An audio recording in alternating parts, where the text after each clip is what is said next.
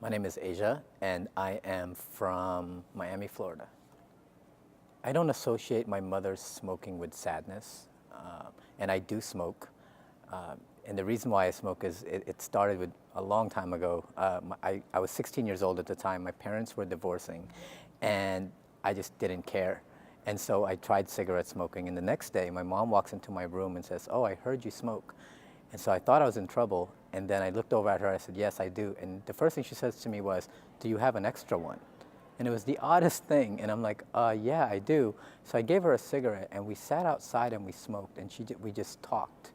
And I realized then that it became a bonding experience between me and my mom. And then I come to Florida, and I did the same thing with my father, and it became a bonding experience. And I would just smoke and talk to them and over coffee, and after that it just became an addiction, which now I'm trying to fight because I'm about to have a kid and I can't afford to be smoking around. I'm not going to do the same thing to my kid that my parents did with me. I will not. I just won't let them do it.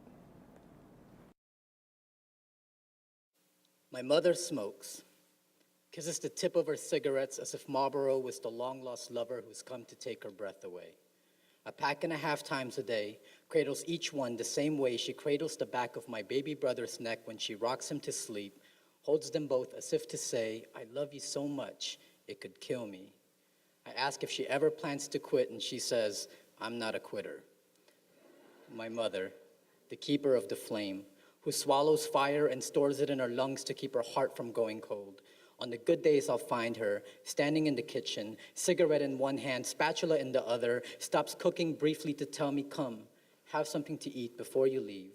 But other days, I'll find her, sitting legs curled in the dining room, blowing smoke directly out the open window. She says it's to keep the smoke from lingering in the house, but I think maybe she just enjoys watching a part of her fly freely out into the world, away from everything. Away from the sack lunches and laundry baskets, the double shift at the nursing home, the night spent sleeping next to the husband her heart had outgrown. When my mother smokes, there is no noise. Just the exhales that fly from that window and into the arms of that other man, the one who makes her feel beautiful, who reminds her of the woman she once was before the diapers and cough syrup, before the car payments and joint checking account. When my mother smokes, there is no noise. Quiet like that night I laid in bed, my father turning channels on the television downstairs, the clock turning 3 hours past the time she should have been home, how I felt the rumble of the garage door opening, how it doesn't close until 10 minutes later, and I imagine her having one last cigarette on the driveway to store more fire in her lungs, because as soon as the door opens, as soon as the smell of nicotine laced with the perfume she wears to impress that other man comes wafting past my father's nose, he will rise, throw the remote control against the wall, and she'll ignore him to make him yell louder, scoff until his yelling becomes more jagged. She wants it to hurt, wants his words to cut deeper into her chest, slice open her lungs where she keeps the fire spilling out, spilling onto the floor and over the couch, igniting the curtains and melting the glass, scorching the walls and family photographs until the whole place is ablaze in flames.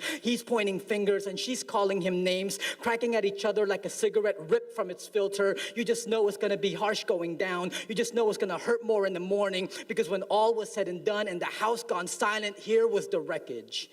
The house fire aftermath, the children huddled together upstairs covered with ash, and she will come upstairs, use her palms to clear the ash from our faces, kiss us on our forehead to put out whatever small fire might be left, and in the morning I will once again find her, sitting blowing smoke out the open window, her heart gone cold as the embers flicker out, her fingers like burnt branches curled around her cigarette, her ashtray a graveyard of all the hope she's had to let go, and she lets it all go, bids the smoke farewell as it leaves her lungs and flies out into the world like the spirit she no longer owns. When my mother smokes, there is no noise, just the silence of a woman who has lost the fire inside her.